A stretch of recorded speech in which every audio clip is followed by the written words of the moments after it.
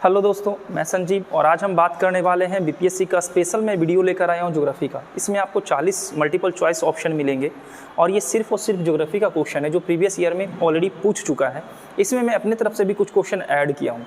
इसमें आपको परिवर्तन दिख रहा होगा कि ऑप्शन आपके पास 4 ही है और 4 में से एक क्लिक करना है। इस बार बीपीएससी भी आयोग भी बोल चुके हैं कि मैं 4 ही ऑप्शन दूंगा और नेगेटिव मेरा 1/3 होगा।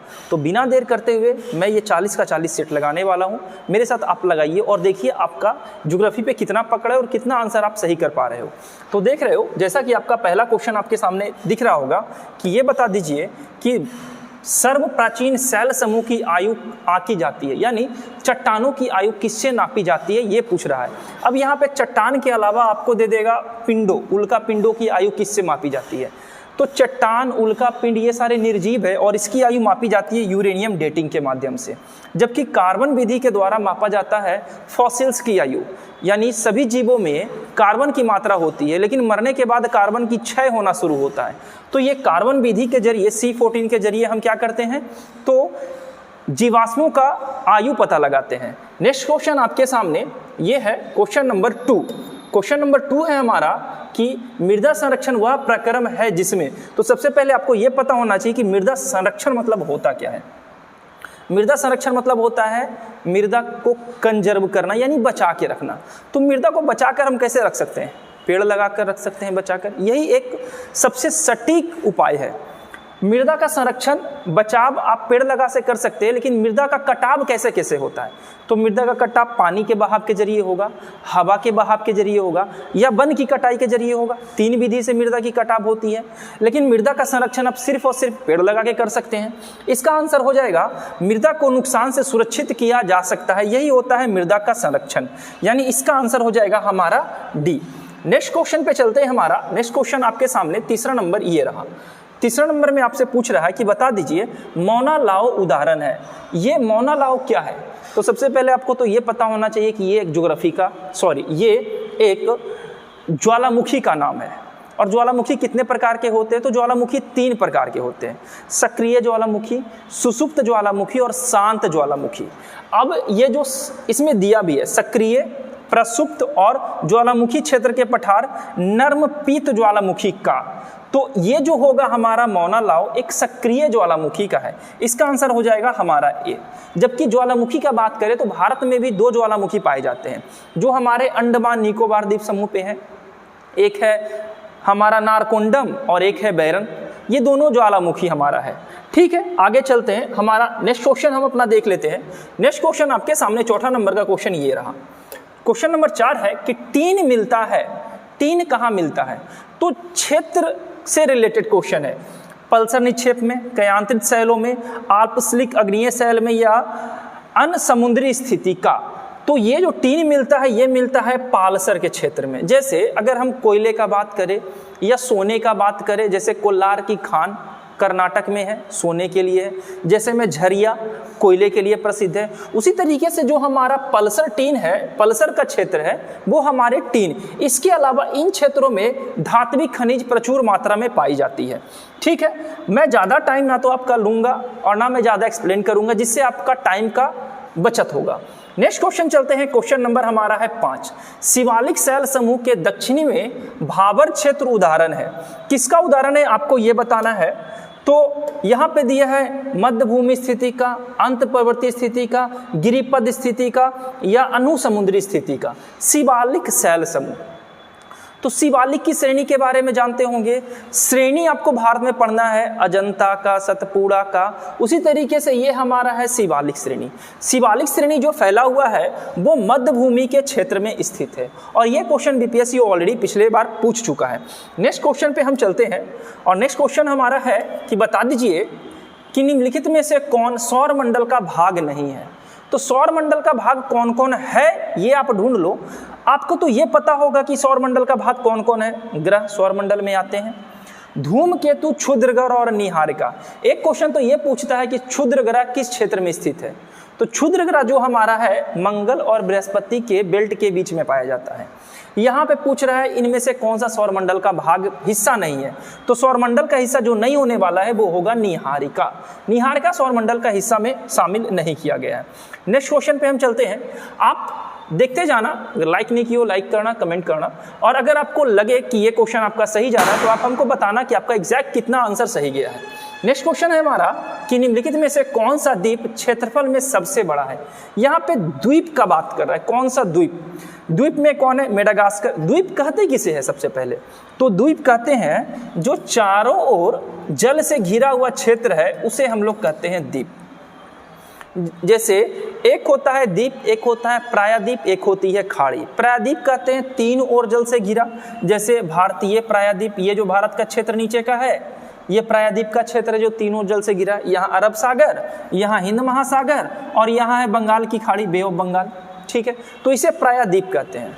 और द्वीप कहते हैं जो चारों ओर जल से घिरा होता है। तो यहाँ बोल रहा है सबसे बड़ा द्वीप कौन सा है, तो सबसे बड़ा द्वीप होगा हमारा ब्रुनेई। ठीक है, नेक्स्ट क्वेश्चन पे चलते हैं। और नेक्स्ट क्वेश्चन आपके सामने 8वां ये रहा। क्वेश्चन है कि ये बता दिए संसार का छत किसे कहते हैं। तो ये सबसे सिंपल और सबसे छोटा क्वेश्चन है जो आप सबको पता है कि पामीर के पठार को संसार का छत कहते हैं। अच्छा, पामीर के पठार है कहाँ पर? तो जो भारत का ऊपरी हिस्सा, जो भारत का आप देखते हैं, जो भारत का ऊपरी हिस्सा है हमारा, तो पामीर का पठार इस क्षेत्र में विस्तृत है। ये यानी ऊपर के क्षेत्र में पामीर का पठार है। इस क्षेत्र में बात करें तो हिंदू कुश पर्वत है, जबकि इस क्षेत्र में अगर बात करें तो यहाँ पे हमारा आता है अरावली का पहाड़। सॉरी, अरावली का पहाड़ नहीं होगा, यहाँ पे होगा हमारा जहाँ से हमारी सतलज, ब्रह्मपुत्र और निकलती है सिंधु नदी। ठीक है, तो ये पठार एक है हिंदू कुश पर्वत, एक है हमारा पामीर का पठार, और ये जो हमारा होगा इसका नाम मैं भी भूल रहा हूँ, अभी आगे मिलने वाला ये क्वेश्चन आप देख लेना थोड़ा। नेक्स्ट क्वेश्चन पे हम चलते हैं। नेक्स्ट क्वेश्चन हमारा है कि बता दीजिए कि दक्षिणी गोलार्ध में सबसे बड़ा दिन कौन सा होता है। दक्षिणी गोलार्ध का बात करें, अब पहले ये जान ले कि दक्षिणी गोलार्ध कहते किसे हैं। ये सर्कल है, ये बीच का क्षेत्र है भूमध्य रेखा का, सबको पता है इसे भूमध्य रेखा, विषुवत रेखा या 0 डिग्री अक्षांश रेखा कहते हैं। ये साउथ का क्षेत्र होता है और ये नॉर्थ का क्षेत्र होता है, तो इसे कहते हैं, ये क्षेत्र को कहते हैं दक्षिणी गोलार्ध, ये क्षेत्र को कहते हैं उत्तरी गोलार्ध। दक्षिणी गोलार्ध में सबसे बड़ा दिन पूछ रहा है तो यही पहले बता दीजिए उत्तरी गोलार्ध में सबसे छोटा दिन वो होगा। तो उत्तरी गोलार्ध में सबसे छोटा दिन कब होता है? 22 दिसंबर को। तो जब उत्तरी गोलार्ध में सबसे छोटा दिन 22 दिसंबर को होगा तो दक्षिणी गोलार्ध में वही दिन सबसे बड़ा होगा, क्योंकि उस दिन दिसंबर के समय जो सूर्य होती है वो दक्षिणी गोलार्ध में होती है। तो दक्षिणी गोलार्ध में दिसंबर के समय सूर्य यहाँ पे होता है, तो इसका आंसर होगा हमारा बी, 22 दिसंबर। नेक्स्ट क्वेश्चन पे हम चलते हैं और नेक्स्ट क्वेश्चन हमारा है 10वां क्वेश्चन।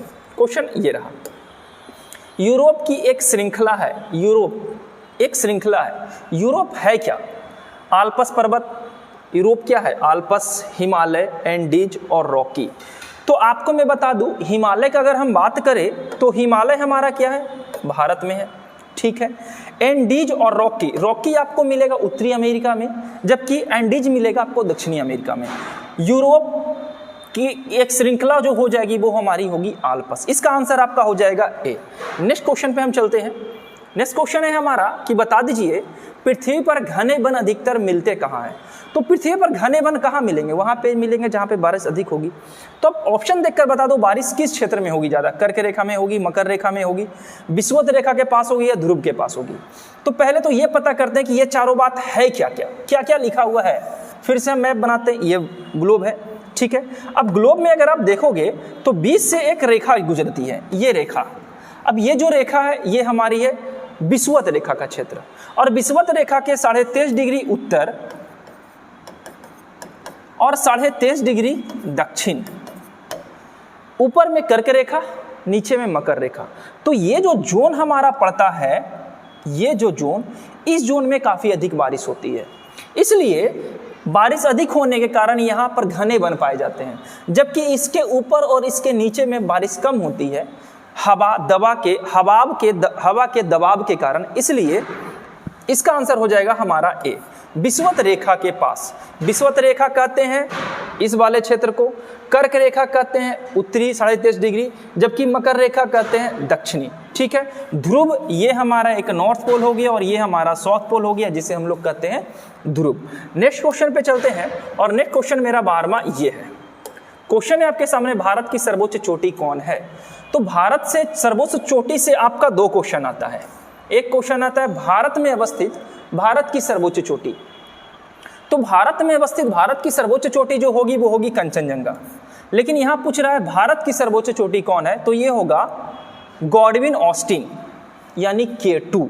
अच्छा K2 अगर आ गया है तो ये बता दीजिए K2 की ऊंचाई कितनी है। तो K2 की ऊंचाई जो हमारी है वो होगी 8611 मीटर, ये है K2 की ऊंचाई और ये ट्रांस हिमालय में स्थित है।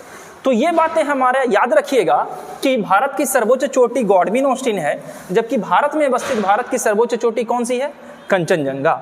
नेक्स्ट क्वेश्चन पे हम चलते हैं और नेक्स्ट क्वेश्चन हमारा है ये, बता दीजिए लक्षद्वीप में कितने द्वीप हैं। तो लक्षद्वीप में द्वीपों की संख्या कितनी है, तो लक्षद्वीप में द्वीपों की संख्या जो हमारी होगी वो होगी 36। लक्षद्वीप है कहाँ पे, थोड़ा सा बात कर लेते हैं। तो ये जो आपका क्षेत्र आपका भारत का है, ये क्षेत्र यहाँ पे केरला के पास द्वीप है लक्षद्वीप, ये मिनिकॉय और यहाँ पे मालदीव। मालदीव हमारा क्षेत्र नहीं है, मालदीव एक कंट्री है। तो लक्षद्वीप में द्वीपों की संख्या 36 है। जबकि अगर इधर का बात करें तो ये हमारा क्षेत्र आता है अंडमान निकोबार द्वीप का, ऊपर में अंडमान है और नीचे में निकोबार द्वीप है। तो क्वेश्चन आपके पास था कि लक्षद्वीप में द्वीपों की संख्या कितनी है, तो इसका आंसर हो जाएगा सी, 36 द्वीपों की संख्या है लक्षद्वीप में।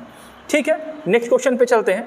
नेक्स्ट क्वेश्चन है कि भारत में जनसंख्या के अनुसार तीसरा एवं क्षेत्रफल में 13वां राज्य कौन है। और अगर ऐसा क्वेश्चन आ जाए नहीं जाने तो सिंपल सा आंसर आप मार दीजिएगा बी। अच्छा ये पहले 12वां था, जब ये क्वेश्चन पूछा गया था एग्जैक्टली तो यहाँ पे 13 नहीं था, यहाँ पे 12वां पूछ रहा था। लेकिन मैं यहाँ करेक्ट करके 13वां क्यों, ऐसा क्यों, ऐसा इसलिए कि 2014 में तेलंगाना राज्य का गठन हुआ, इस बेसिस पे बिहार क्षेत्रफल के मामले में 13वें स्थान पर हो गया, जबकि जनसंख्या के मामले में तीसरे स्थान पर है। अच्छा पहले स्थान पर कौन है जनसंख्या के मामले में, तो यूपी है। दूसरे स्थान पर कौन है, तो महाराष्ट्र है। ये दो बातें और याद रखनी है। ठीक है, नेक्स्ट क्वेश्चन पे चलते हैं और नेक्स्ट क्वेश्चन हमारा है क्वेश्चन नंबर 15। ये बता दीजिए कि भील जनजाति कहाँ पाई जाती है। व्हील, तो व्हील जनजाति कहाँ पाई जाएगी, तो जनजाति से क्वेश्चन आता है। व्हील जनजाति, गोंडा जनजाति, गारो खासी जनजाति, मिगिर जनजाति, रेगमा जनजाति। तो व्हील जनजाति पाई जाती है महाराष्ट्र के क्षेत्र में।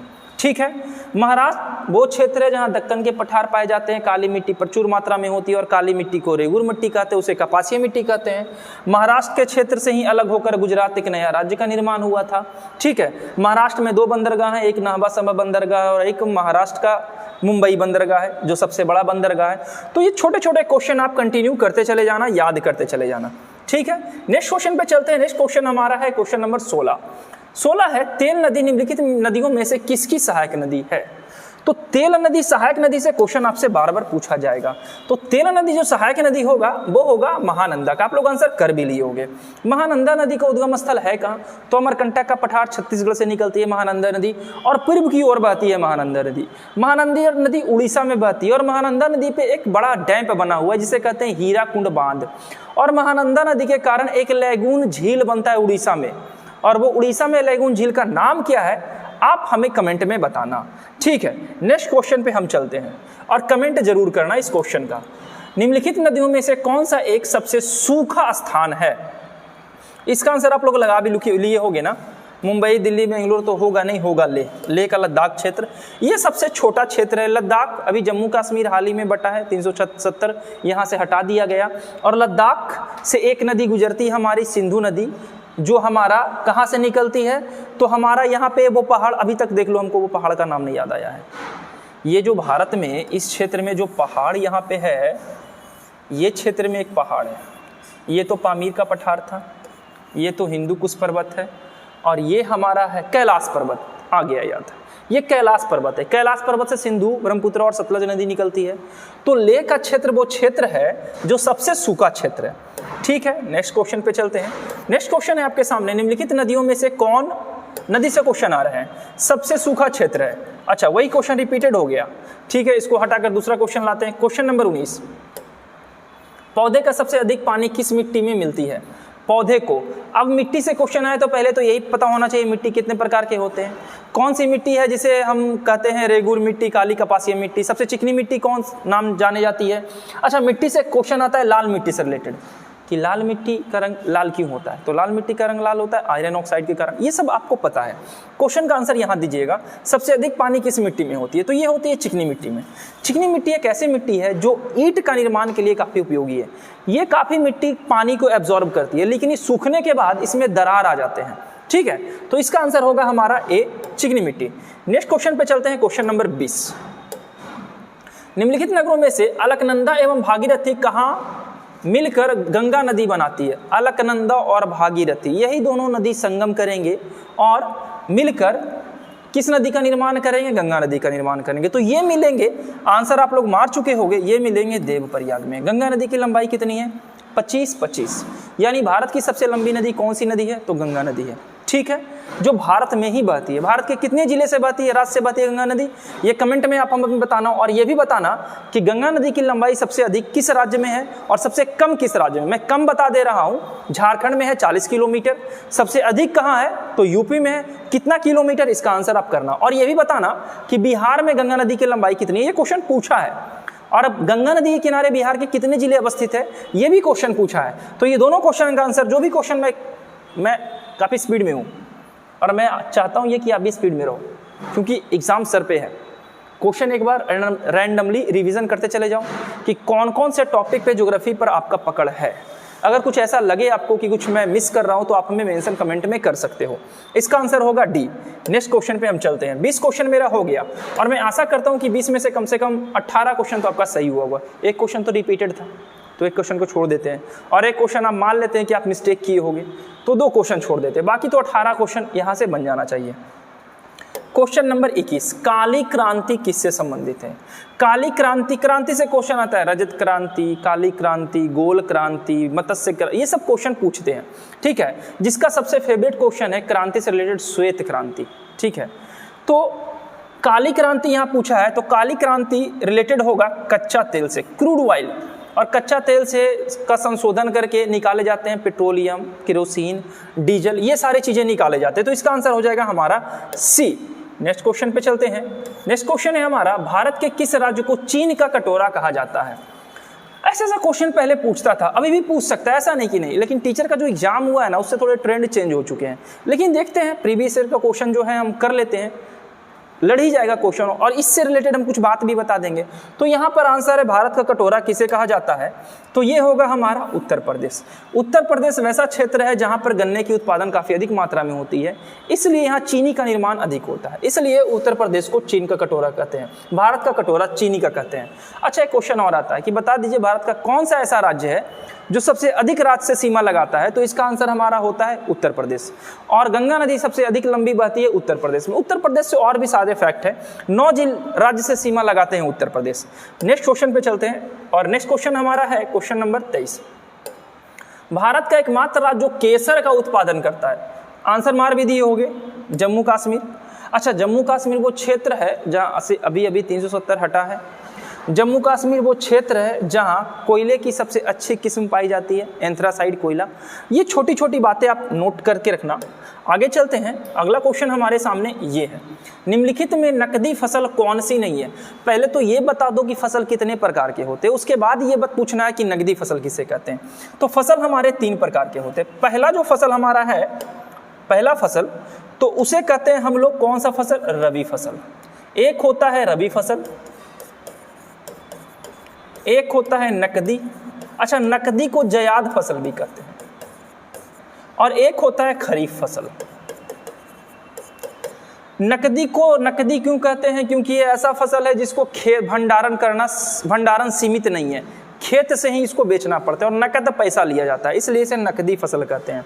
नकदी फसल का समय क्या होता है? तो अप्रैल, मई, जून का समय नकदी फसल। खीरा, ककड़ी, इसमें मूंगफली हो गया, गन्ना हो गया, जूट हो गया, ये सारे नकदी फसल हैं। खरीफ फसल जो ठंडे के मौसम में लगाया जाते हैं और गर्मी आते आते काट ली जाती है, और रबी फसल और खरीफ फसल गर्मी के समय में लगाई जाती है और ठंड आने से पहले उसको काट ली जाती है, उसे कहते हैं हम खरीफ फसल। तो ये था हमारा नकदी फसल, इनमें से कौन सा नहीं है? तो इसका आंसर हो जाएगा ज्वार।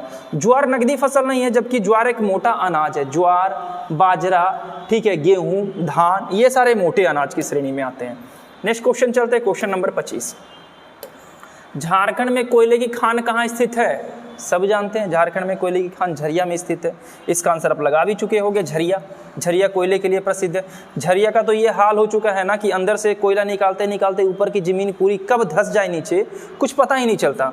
झारखंड में छोटा नागपुर का पठार है, राजमहल की पहाड़ी, और ये राजमहल का पहाड़ी का विस्तार हमारा कौन सा है? तो जब यहाँ पर देखोगे तो ये हमारा गारो, खासी, जयंतिया, ये राजमहल पहाड़ी का क्षेत्र जो मेघालय में स्थित है। गारो, खासी, जयंतिया एक जनजाति भी है जो मेघालय में निवास करती है। तो ये सारे भी चलते चलते फैक्ट। अच्छा, झारखंड से और भी नदी, झारखंड का शोक किसे, मतलब दामोदर नदी को, ठीक है ना, शोक के नाम से जाना जाता है। नेक्स्ट क्वेश्चन पे चलते हैं हम। रांची अगर है, वो रांची कहाँ स्थित है? तो छोटा नागपुर के पठार पर रांची स्थित है। ये सारे क्वेश्चन पूछे जाते हैं। निम्नलिखित स्थानों में से कहाँ तांबा उद्योग स्थापित है? तांबा उद्योग बताना है कि तांबा कहाँ होगा। तो अभी मैं बताया था कुछ देर पहले, राजस्थान का खेतड़ी। खेतड़ी ये बोल रहा है आंसर। तो खेतड़ी है कहाँ? तो खेतड़ी राजस्थान में है, जहाँ से तांबे की प्रचुर मात्रा पाई जाती है। लेकिन एक कर्नाटक में है कोलार की खान।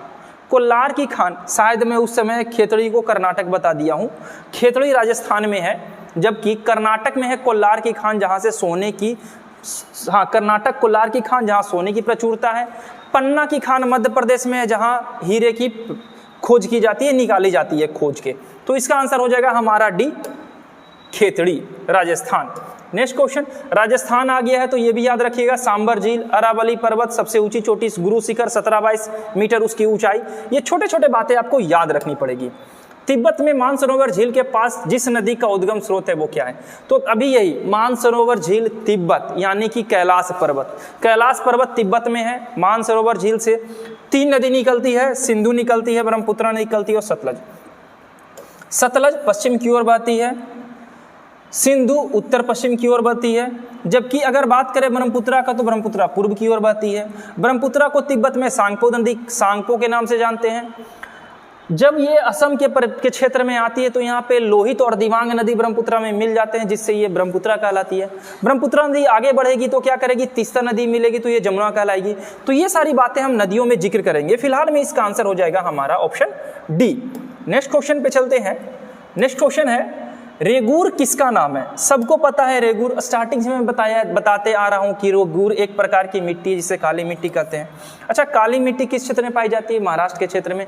काली मिट्टी को काली कपासीय मिट्टी कहते हैं। काली मिट्टी को कपासीय मिट्टी, रेगूर मिट्टी कहते हैं। दक्कन प्लेट में पाया जाता है और कपास की पैदावार इसमें काफ़ी अच्छी होती है। तो इसका आंसर हो जाएगा हमारा सी, रेगूर। जलोढ़ मिट्टी धान के खेत के लिए काफ़ी अच्छा है, जिससे मीथेन गैस का रिसाव होता है। निम्न राज्यों में से किस राज्य में जाड़े के मौसम में बारिश होता है? बहुत बार पूछा है, आम्र वर्षा। तो ये होगा हमारा तमिलनाडु। एक्चुअली है क्या ना कि जब भारत में प्रवेश करती है, दक्षिण केरला से जब मानसून प्रवेश करती है, ये जो क्षेत्र आप देख रहे हो, ये जो क्षेत्र आप यहाँ देख रहे हो, यहाँ से जब मानसून प्रवेश करती है तो ये जो पश्चिमी पठार है ना, ये कहीं कटा छटा नहीं है, ये सीधा है। और पश्चिमी पठार के कारण ये हवाएं ऊपर की ओर चली जाती है मानसून, और ऊपर बारिश करती है। लेकिन जब ये मानसून लौटती है तो लौटते समय में ये तमिलनाडु में झमझमा कर बारिश करती है। तो ठंड के मौसम में तमिलनाडु में वर्षा होती है। ये बातें आपको ध्यान रखनी है। नेक्स्ट क्वेश्चन चलते हैं, क्वेश्चन नंबर 30। और आप को इतना टाइम मिल रहा है कि आप आंसर कर ले सको। भारत के किस राज्य में वन्य जीव अभयारण्य सबसे अधिक संख्या में है? बहुत बार क्वेश्चन पूछा है। और सबसे अधिक कहाँ है? तो महाराष्ट्र में सबसे अधिक है। महाराष्ट्र के बारे में बताया, काली कपासीय मिट्टी, दक्कन का पठार, नाहवा सेवा बंदरगाह, मुंबई बंदरगाह, ये सारे के सारे महाराष्ट्र के क्षेत्र में है। और महाराष्ट्र में वन्य जीव अभयारण्य की संख्या सबसे ज़्यादा है। अच्छा, एक क्वेश्चन का आंसर आप बता दो कि सबसे पहला वन्य जीव अभयारण्य कौन था? यह आंसर आप हमें कमेंट में करना, ठीक है। नेक्स्ट क्वेश्चन पे चलते हैं, क्वेश्चन नंबर 31। जितना कम समय में जितना ज़्यादा हम लोग जान सके अभी एग्जाम के पॉइंट ऑफ व्यू से, उतना सही रहेगा। बाकी डिटेल में हम पूरा टॉपिक ही ले आएंगे, पूरे वन्यजीव अभयारण्य पे, नदी पे, हिमालय पे। अभी जो जरूरी हम वो कर ले रहे हैं। प्रतिशत अधिकतम वन क्षेत्रफल कितना है? अब एक आपसे प्रतिशत पूछ लेगा और कभी कभी पूछ लेता है एरिया वाइज। तो यहाँ एरिया ने प्रतिशत पूछा है। प्रतिशत अगर पूछेंगे तो ना मिजोरम मारेंगे, अगर एरिया पूछ लेता ना आपसे तो आपको एमपी मारना पड़ता। तो प्रतिशत के मामले में मिजोरम 7 सिस्टर में आता है। 7 सिस्टर का बात आ गया तो मैं ये भी बता दूं कि 7 सिस्टर में सिक्किम को शामिल नहीं किया गया है। 7 सिस्टर में एकमात्र राज्य मेघालय है जो केवल एकमात्र राज्य को छूता है, वो है असम। त्रिपुरा वो क्षेत्र है जिसको बांग्लादेश 3 ओर से घेर के रखा है। गारो खासी जयंतिया मेघालय में है, जबकि मिगिर और रेगमा की पहाड़ी अरुणाचल प्रदेश में है। दीफू दर्रा हमारा हो गया अरुणाचल प्रदेश में है। चांगला दर्रा, थांगला दर्रा, ये सारे क्वेश्चन हमारे आते हैं 7 सिस्टर से, तो ये सारे क्वेश्चन भी आपको देख लेना है। नेक्स्ट क्वेश्चन पे चलते हैं, क्वेश्चन नंबर 32। भारत में कौन सी फसल सर्वाधिक क्षेत्र में बोई जाती है? फसल का बात कर रहा है, तो इसमें फसल कौन सा आपको दिख रहा है? गेहूं, ये फसल नहीं है। बाकी ये 3 फसल है। सबसे अधिक मात्रा में भारत में बोई जाने वाली फसल चावल है, और चावल भारत का मुख्य भोजन भी है। हर लोग चावल पसंद करते हैं, खास करके बंगाली तो ज़्यादा चावल खाता है। बंगाली को तो बिना चावल का रह ही नहीं सकते। मेरा दोस्त भी था एक बंगाली, उनको बिना चावल का रह ही नहीं जाता था। ठीक है। भारत अपनी आवश्यकता से अधिक उत्पादन करता है किस चीज़ का? आवश्यकता मतलब क्या कि हमारा पूरा तो हो ही रहा है, बच जा रहा है तो उसको निर्यात कर दें। तो अनाज, पेट्रोलियम तो हम मंगाते हैं, ये आंसर नहीं होगा, पेट्रोलियम आंसर नहीं होगा। अच्छा, पेट्रो रसायन भी हम आयात करते हैं। अनाज प्रचुर मात्रा में हम पैदा करते हैं, लेकिन फिर भी ट्रांसपोर्ट कर देते हैं, इसलिए इसको भी आंसर नहीं होगा। तो आंसर मेरा बचा कौन? चाय। दार्जिलिंग पश्चिम बंगाल का क्षेत्र जो चाय के लिए काफ़ी फेमस है। ठीक है, आगे चलते हैं। नेक्स्ट क्वेश्चन, बस 10 मिनट और। भारत में सबसे पहले रेल मार्ग तैयार हुआ था? कितना हल्का क्वेश्चन है ना। मुंबई से थाने किया गया था, लॉर्ड डलहौजी के शासनकाल में किया गया था, 1853 में किया गया था। ठीक है, तो ये तीनों बात याद रखना, 1853, लॉर्ड डलहौजी, मुंबई से थाने। नेक्स्ट क्वेश्चन पे चलते हैं। नेक्स्ट क्वेश्चन है हमारा, मर्मगांव पतन कहाँ है? बंदरगाह से क्वेश्चन आ गया। तो सबसे पहले यही जान लो कि बंदरगाह भारत में कुल बड़े बंदरगाहों की संख्या 13 है।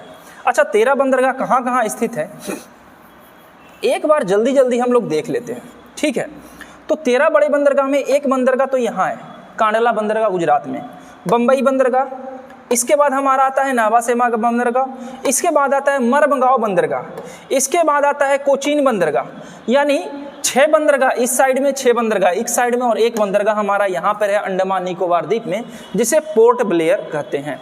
पोर्ट ब्लेयर बंदरगाह ये सबसे बाद का बंदरगाह है। सबसे गहरा बंदरगाह का बात करेंगे तो विशाखापत्तनम बंदरगाह हो जाएगा, जो सबसे बड़ा बंदरगाह भी है। सबसे बड़ा बंदरगाह का बात करेंगे तो मुंबई बंदरगाह हो जाएगा। मुंबई बंदरगाह के भार को कम करने के लिए नाहवा सेवा बंदरगाह का निर्माण किया गया था, ये बात याद रखिएगा। अब जब बंदरगाह आ ही गया है तो एक बंदरगाह के बारे में और जान लीजिएगा कि सिंधु घाटी सभ्यता में लोथल वो जगह है जो बंदरगाह का क्षेत्र हुआ करता था। ठीक है, अब चलते हैं हम नेक्स्ट क्वेश्चन पे। तो इसका आंसर हो जाता हमारा कौन सा आंसर होगा इसका? गोवा। मर्मगांव जो हमारा है वो गोवा में स्थित है। ठीक है, नेक्स्ट क्वेश्चन पे चलते हैं। निम्नलिखित में से कौन मेघालय पठार का हिस्सा नहीं है? अभी इसका मैं बात किया था, गारो खासी जयंतिया मेघालय पठार का हिस्सा है। तो कौन नहीं होगा? तो आंसर हो जाएगा भुवन की पहाड़ी। गारो खासी जयंतिया ये पहाड़ी तो नहीं है, ये पहाड़ी जनजाति के नाम पे रखा गया है, और साथ ही साथ ये कि ये राजमहल का विस्तार है, क्योंकि गंगा नदी और ब्रह्मपुत्रा नदी बीच से इसको अपरदित कर दी है, इसलिए पता नहीं चलता है। कभी कभी आपसे पूछ लेगा कि इनमें से कौन सी पहाड़ी हिमालय का हिस्सा नहीं है, तो गारो खासी जयंतिया हिमालय का हिस्सा नहीं है, जबकि मिगिर की पहाड़ी, रेगमा की पहाड़ी ये सारे हिमालय का हिस्सा है। ठीक है, नेक्स्ट क्वेश्चन पे चलते हैं, जल्दी खत्म होने वाला है। क्वेश्चन नंबर 37, भारत की तटीय रेखा क्या है? तटीय रेखा की लंबाई। अब यहाँ से 2 क्वेश्चन आता है। अगर आपसे पूछे भारत की तटीय रेखा तो पूरा जोड़ देना। अगर पूरा जोड़ेंगे भारत की तटीय रेखा तो बात हो जाएगा 7516.60 किलोमीटर।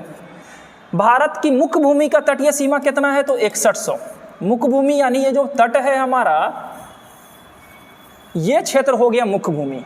लेकिन इसके अलावा भी आपको पता है ना, ये है हमारा लक्षद्वीप, ये हमारा मिनी गोवा, और ये है हमारा अंडमान निकोबार, ये भी तो तट है ना, और ये भारत का क्षेत्र है ना, तो इसको भी जोड़ना पड़ेगा। तो 6100 में से 15, 14, 16 और ऐड कीजिएगा तो आपको मिलेगा 7516.6 किलोमीटर। भारत की कुल तटीय सीमा इतनी है।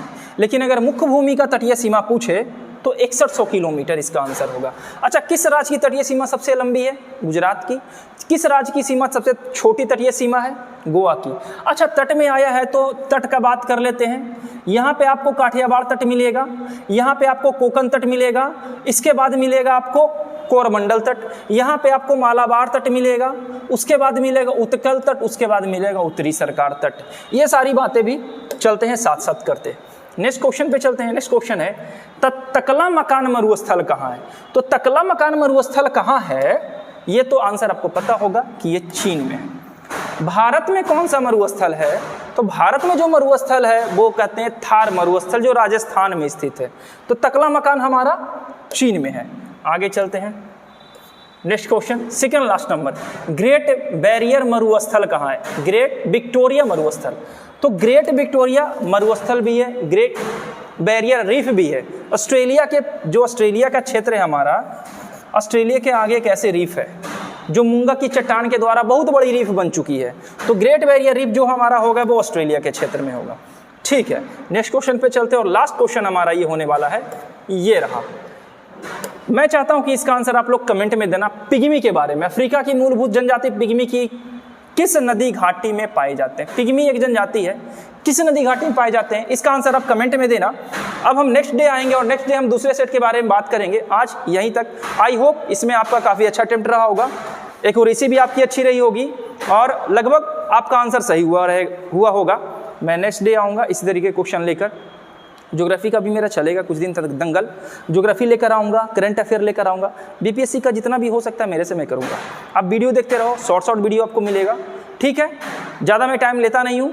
कमेंट करके बस इतना बता देना कितना मार्क्स आपका सही हो रहा है, वीडियो कैसा था, कुछ इंप्रूवमेंट करना है या नहीं करना है, आप हमको ये सही बात में सजेशन दे देना। ठीक है, जब तक के तब तक के लिए आप सेट लगाते रहो। अपना ख्याल रखो, मिलते हैं, बाय।